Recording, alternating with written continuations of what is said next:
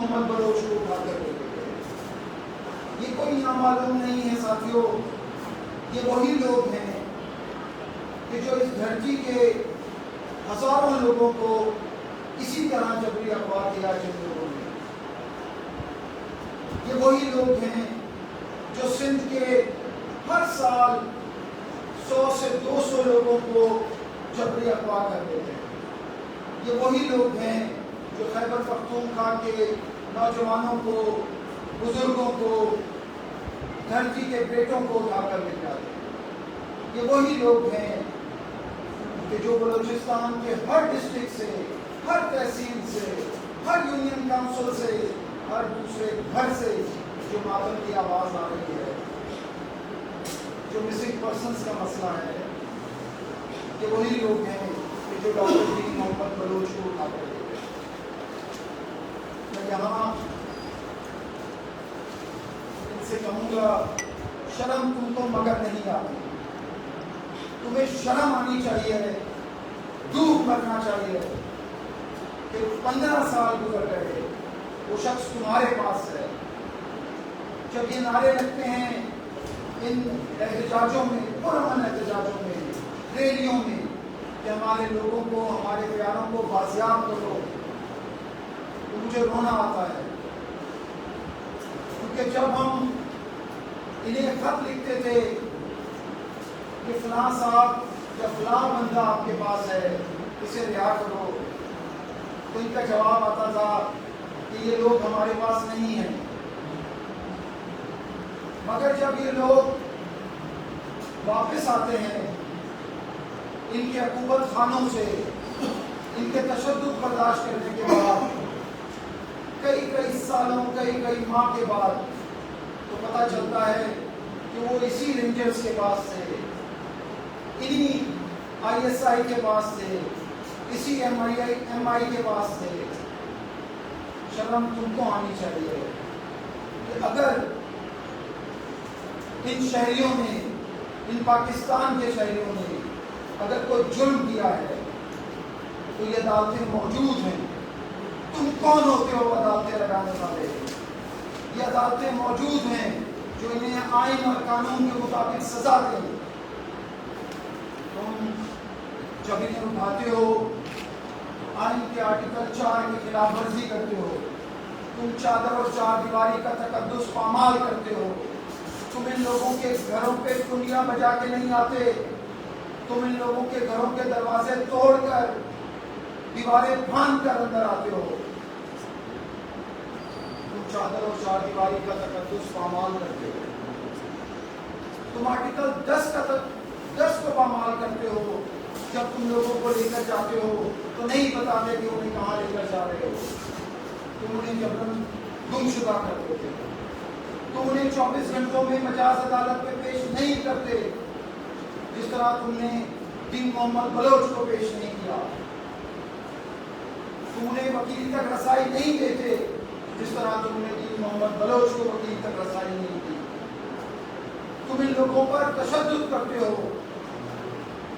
اور دوستو، جس دن ڈاکٹر دین محمد بلوچ کو اٹھایا گیا، بدقسمتی سے اور شاید ان لوگوں نے وہی دن چنا کہ وہ دن تھا، بین الاقوامی دن تھا اگینسٹ ٹارچر.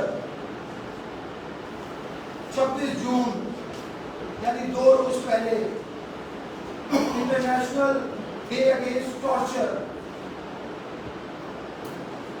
اس دن تم نے ڈاکٹر دین محمد بلوچ کو اغوا کیا، ایک مثال قائم کی ٹارچر کی. دیکھو، تمہارا اپنا کمیشن کہتا ہے، وہ کمیشن کہتا ہے کہ 2233 کیسز ہیں کہ جو اب تک حل طلب ہیں.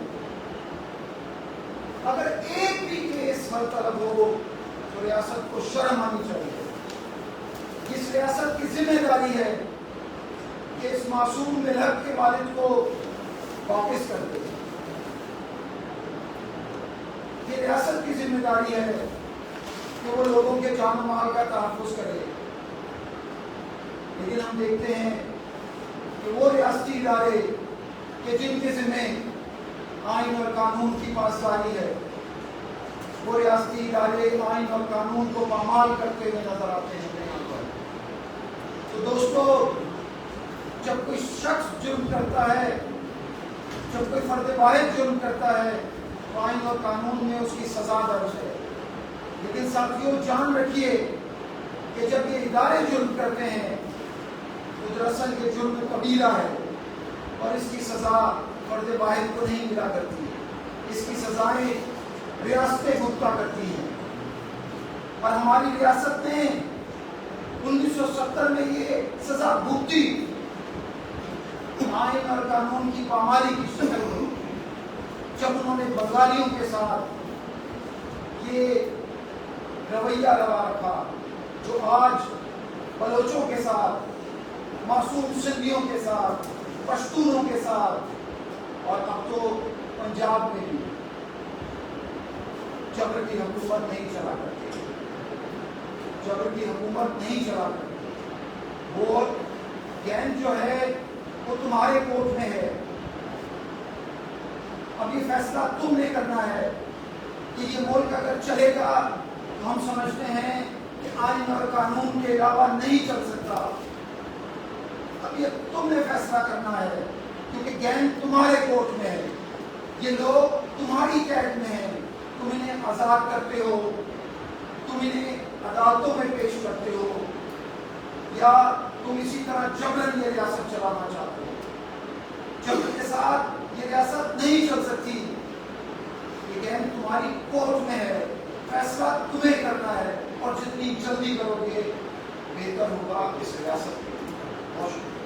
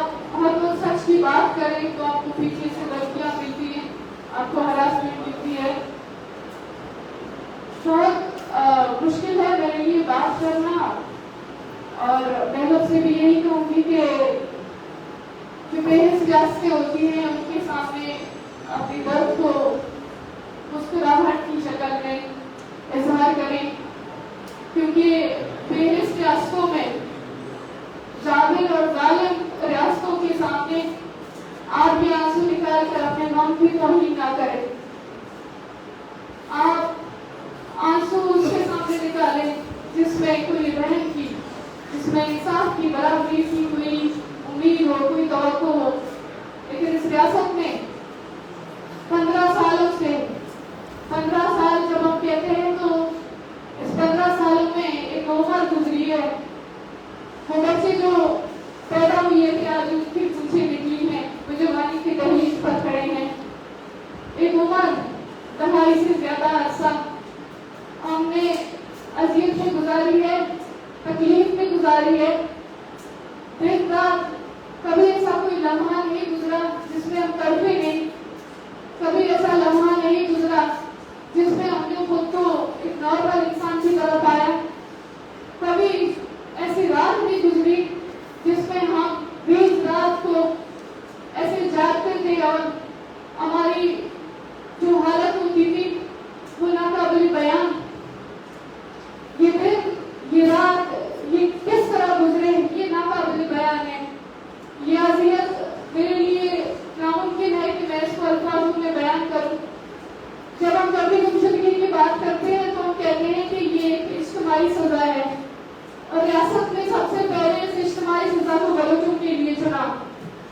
سب سے پہلے ریاست نے کہا کہ ان کے مردوں کو غائب کریں گے تو ان کی عورتوں کے ساتھ ان کو ذہنی مفلوج کرنے کی، ان کو ختم کرنے کی، ان کو نفسیاتی طور پر، ان کو فزیکلی مینٹلی ختم کرنے کے لیے کون سا طریقہ کا استعمال کیا جائے. تو انہوں نے ہمارے مردوں کو جبری طور پر گمشدہ کرنے کا سلسلہ شروع کیا، اور آج ریاست ایک بہت بڑی حد تک کامیاب ہوئی ہے. لیکن ایک بات، ایک چیز جس پر میں سمجھتی ہوں کہ وہ یہ ہے کہ ہم آج مایوس نہیں ہوئے. آج بھی ہمارے پاس ایک امید ہے، جس امید کے سائے تلے جو ہمیں لڑنا سکھاتی ہے، جو ہمیں آگے بڑھنا سکھاتی ہے. اسی امید کے سائے تلے ہم نے 15 سال گزار دیے. اگر ریاست ابھی بھی اپنی منمانی کرنا چاہتی ہے، اگر ریاست ابھی بھی اس جبر کو طویل رکھنا چاہتی ہے تو ہم بھی، ہمارا صبر کا پیمانہ بھی لبریز ہے. ہم ہار نہیں مانیں گے. آج اس اسٹیج پر میں یہ اعلان کرتی ہوں کہ ہم ہار نہیں مانیں گے. ہم نے ریاست میں ہر ممکن کوشش کی ہمیں مایوس کرنے کی. اپنی عدالتوں میں جب ہم نے ریاست کی عدالتوں کو رجوع کیا تو وہاں پر وہ عدالتیں نہیں، ہمارے لیے وہ مقبرے تھے. وہ کرسیوں پر بیٹھے ججز نہیں تھے، وہ وہاں پہ بیٹھے مجسمے تھے.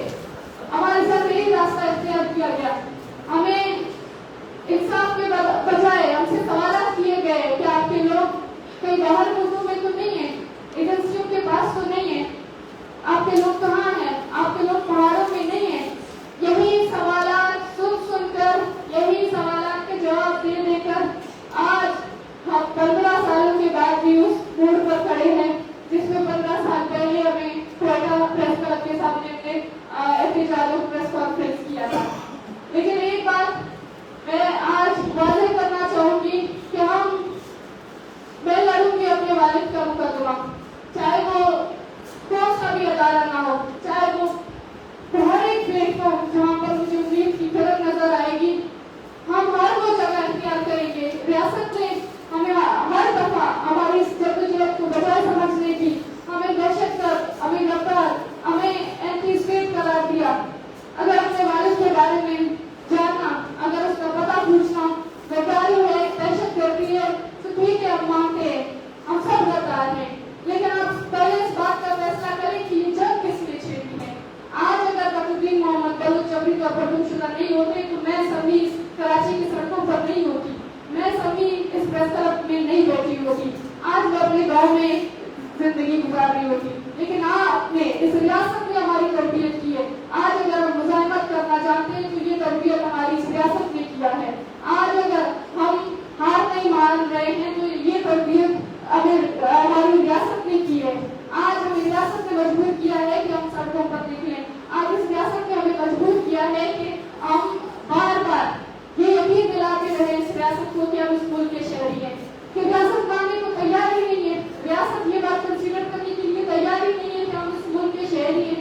ٹھیک ہے، ریاست نہ تصور کرے، لیکن ایک بات اور بار بار یہ بات کہتے ہیں کہ ریاست اپنی آئین کی پاسداری کرے، ریاست اپنے قانون کی پاسداری کرے، انٹرنیشنل لا کی پاسداری کرے.